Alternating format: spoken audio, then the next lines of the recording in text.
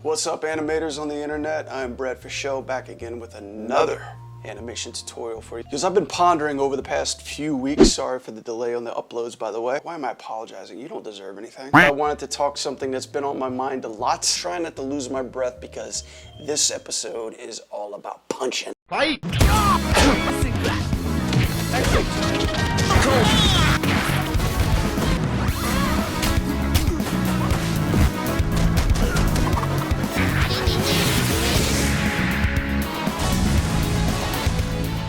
Playing a lot of fighting games lately and just really enjoying the ability to attack. The jolt, the one thing that separates you from the enemy in your progress to obtain victory. Everybody loves a good wall-up, or everybody loves to watch a good fight scene, right? Whether it be Jackie Chan, Patrick Swayze kicking ass in a bar, Batman delivering the hurt, or our all-American Superman, who's basically Mr. Punch you in the face if you don't behave. That's why we love the third act of Rocky. It's a flurry, an orchestra of punches, heavy impacts and sound effects, even a little camera shake in there. If you didn't remember my first video, click on the link. Haven't you always felt the antagonist deserves a good beating, especially when he's in charge and nobody can touch him? You're anticipating that punch. We want that punch to be solid. Hit that director in the face really fucking hard. Ow! Yeah, I feel you less. So let's take it to video games now. Back in the early 80s, it was all about but then my friends, came a game called Double Dragon. God, I love that game. What a simple story. An apocalyptic future. Somebody kidnaps your girlfriend, and what do you gotta do? Go and beat the shit out of everybody. But it was all about the combat. We loved those beat 'em ups. Loved those punching games too.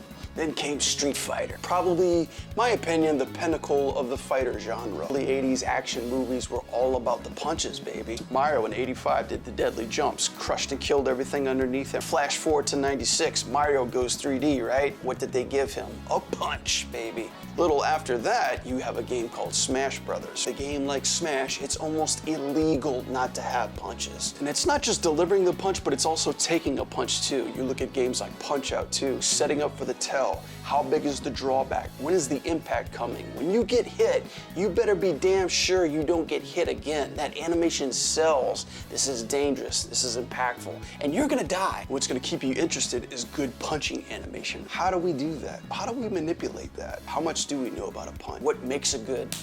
Being an animator, getting assigned a shot like this is very juicy and very fun, but also a challenge. On this episode, I'm gonna help you learn a couple of steps that help me plan out my punch, as well as give the impact to make you feel like you're kicking ass. So without dragging this out too long, let's get into animating, shall we?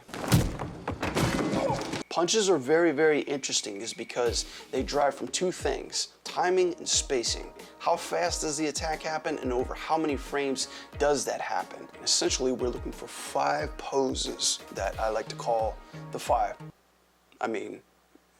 Fantastic Five. Failure. Number 1, talking about the fighter's stance. So look at your character as a whole. Who are you choosing? Who are you playing?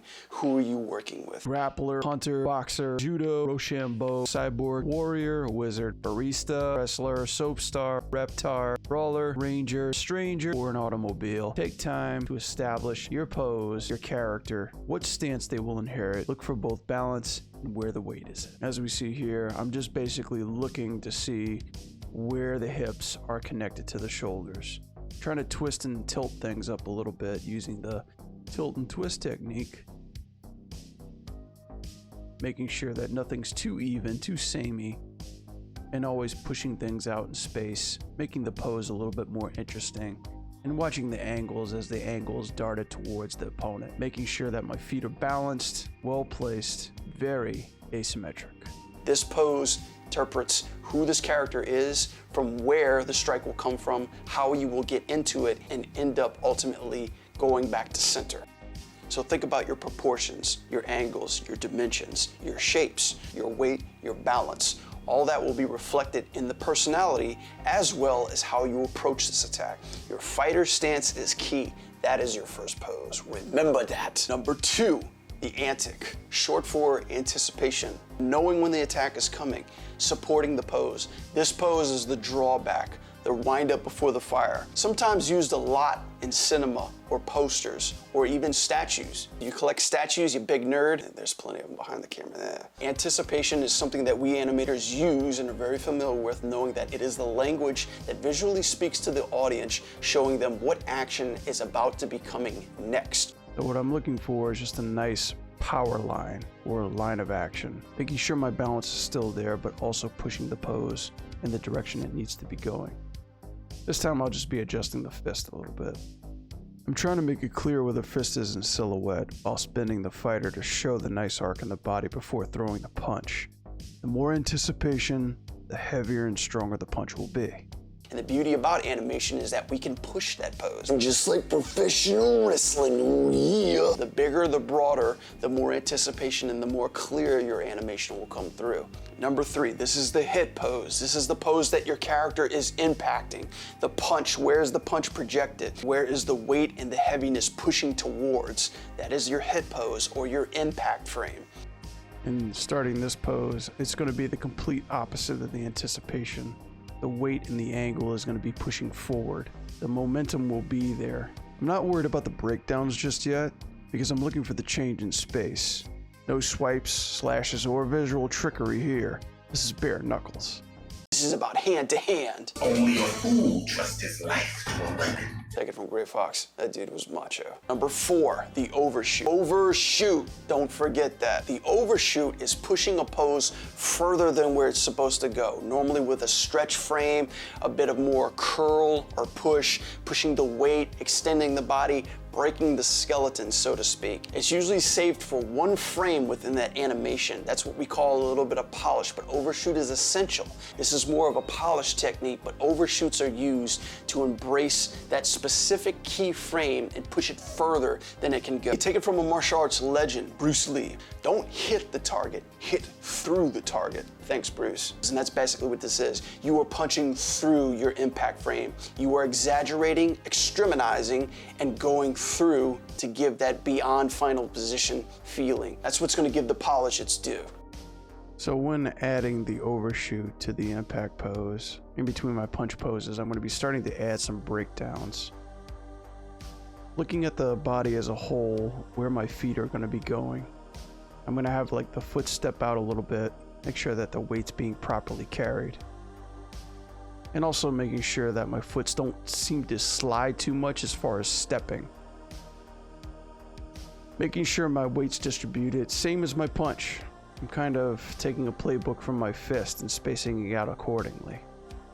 I want to make sure that every in-between has a frame. If you let Maya do all the work, it's going to look really nasty. Pushing the line of action and the arc forward is going to give you that impact.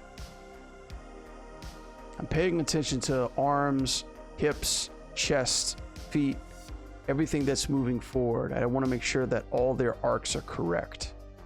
The spacing is there, but also making sure nothing's too jittery or too popping out. We want the inner core to feel like it's carrying most of the weight when throwing the punch. I'm paying close attention to where the feet and the toes are, making sure that they're not sliding versus actually pivoting off the toe. Finally, number 5, which is actually the first pose. And the first pose is become 2. Don't underestimate your idle fight stance. And taking very careful care of where my weight's being distributed back to idle. I don't want the whole body to come back at the same time looking like a giant in-between, but I want to break up the actions, whether it be in the upper body, the fists, the arms dragging a little longer, or the toe roll pivoting back to idle. Pushing further into polish, I'm checking this fighter's stance from all angles, not just the side. Even though we're reading from the side, it also needs to make sense in world mode as well. One of the big things is to make sure that nothing feels too even when it's going into each pose. Careful, close attention to the hips, making sure that it's spaced correctly, but also carrying the weight on each foot. And in this state, I'm going through each frame, making sure that I'm tracking the fist properly, that it doesn't stand out or pop or strobe too bad. I want to make a clear line of action to understand how my poses are helping this punch. Normally in a punch, it could take anywhere between 11 and 13 frames, but I'm careful to make sure that each frame is treated with respect. Everything's working together in order to bring that impact that these poses have started. And now our fighter buddy's ready for action.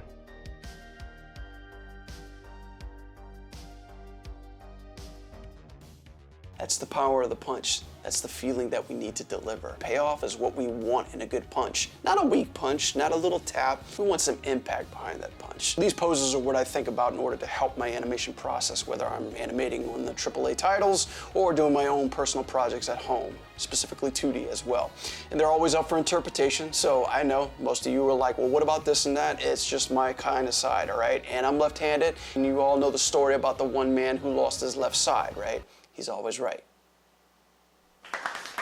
Hey, if you like this video, punch that like button. I'd really appreciate it, and it would really help me out. If not, who cares? If not, that's fine too. I love making these videos anyway, and I hope you enjoyed it as well. Please leave a comment. Let me know what you guys would like to see coming soon. I love interacting with you guys, as well as getting feedback on how I can boost this channel and make my content more punchy.